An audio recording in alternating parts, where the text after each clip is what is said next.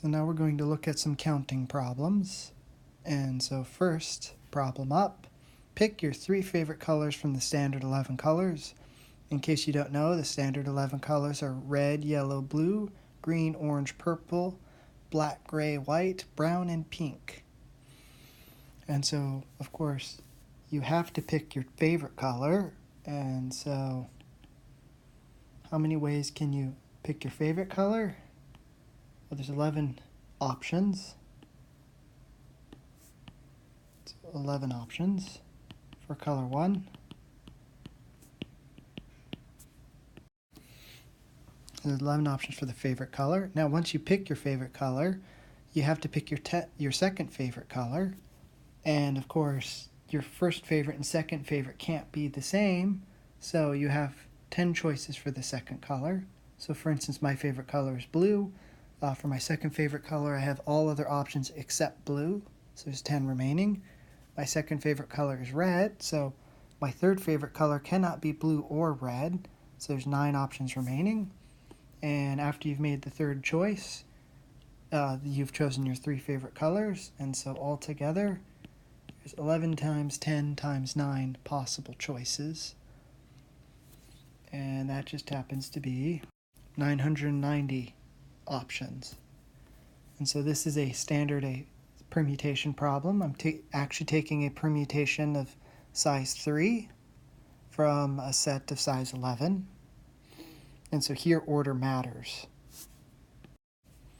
For the next problem, suppose we want to pick 3 marbles out of a container of 11 marbles. That's right, the same 11 distinct colors.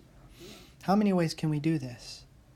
Well, if you're picking all 3 marbles out at the same time, it seems like order shouldn't matter. So let's make that assumption. It's worth pointing out when you're doing these problems in class and you're not sure which assumption to make, you can always ask. Or you can just make that assumption explicit in your answer, and if you happen to make the wrong choice, I will just have to go with it. And so we already saw that if order did matter, the answer would be 11 times 10 times 9. All the possible ways I could have picked 3 marbles one after the other. But since order doesn't matter, I have to divide out by all the ways I could permute those 3 marbles in my hand. And so I get 990 divided by 6, which should be 165 different ways. So we see here order doesn't matter, and that actually makes a big difference in the final number. It is much, much smaller. For the next problem, suppose that we want to hand out 3 marbles to 11 students. So clearly some students not getting any. In fact, most students aren't going to get any. How many ways could we distribute the marbles to the students? Well, we're assuming the marbles are distinct. And so, well, there's 3 of them. Let's call them red, blue, and yellow. And the question becomes, how many possible students could we have handed the red marble off to? Well, any one of the 11 would work. Similarly, handing out the blue marble, there's 11 possible students we could have handed it to. Similarly for the last marble. And these decisions are all apparently independent of each other, and so our answer should be 11 cubed. So it's worth pointing out one has to take care when looking at these problems, because this is now the 3rd problem in a row I've done using the numbers 11 and 3, and we've gotten 3 entirely different answers. And so we have to be careful about that. Now let's add a wrinkle to the problem. Let's distribute the 3 marbles to the 11 students, but let's add the restriction that no student gets more than 2 marbles. So you either get 1 marble or you get none. Now we see that this is a very big overcount because, for instance, we could have handed red, blue, and yellow all to the same student, and that's counted by this number, but should be forbidden now. So then it looks like a K permutation problem. Once I decide who gets the red marble, then I have 10 remaining choices for who's going to get the blue marble, because it can't go to someone who has the red marble. And similarly 9 for the remaining students. So now we see the K permutation pop up again. So here order matters, but everything has to be distinct. It's actually strange to talk about things being distinct because if you notice, things were distinct when I didn't have the restriction. And so on the next slide, I'll try to explain the distinction between these two problems. So the distinction in the last problem, and problem 3, is that how would you actually list one of these distributions? Well, you'd probably try to list it as a triple. You'd name the student who gets the red marble, you'd name the student who gets the blue marble, and you'd name the student who gets the yellow marble.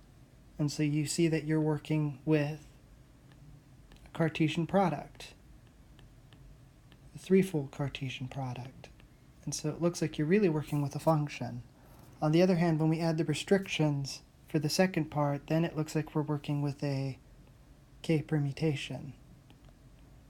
Right, in the second part, I'm specifying that A1 is not A2, is not A3, and A1 is not A3. And so you get a permutation looking at sequences. But order matters, and that's the important part. So for the next problem, how many anagrams are there of the word race car? Now an anagram is just a rearranging of the letters in a word. Although usually in the English language, the rearrangement needs to be another English word, but in this class, usually we're talking about any rearrangement. So the number of anagrams of ABC, of course, is 6, because you can rearrange the letters in 6 different ways. There are 6 different permutations.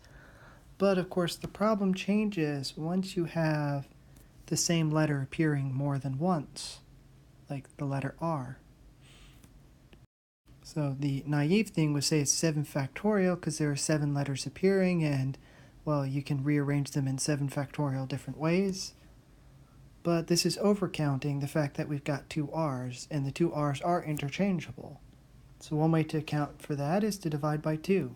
That can be viewed as pretending momentarily that the R's are somehow actually distinguishable, that one is red and the other one is blue, and then dividing out by the colors, the ways to have arranged the colors.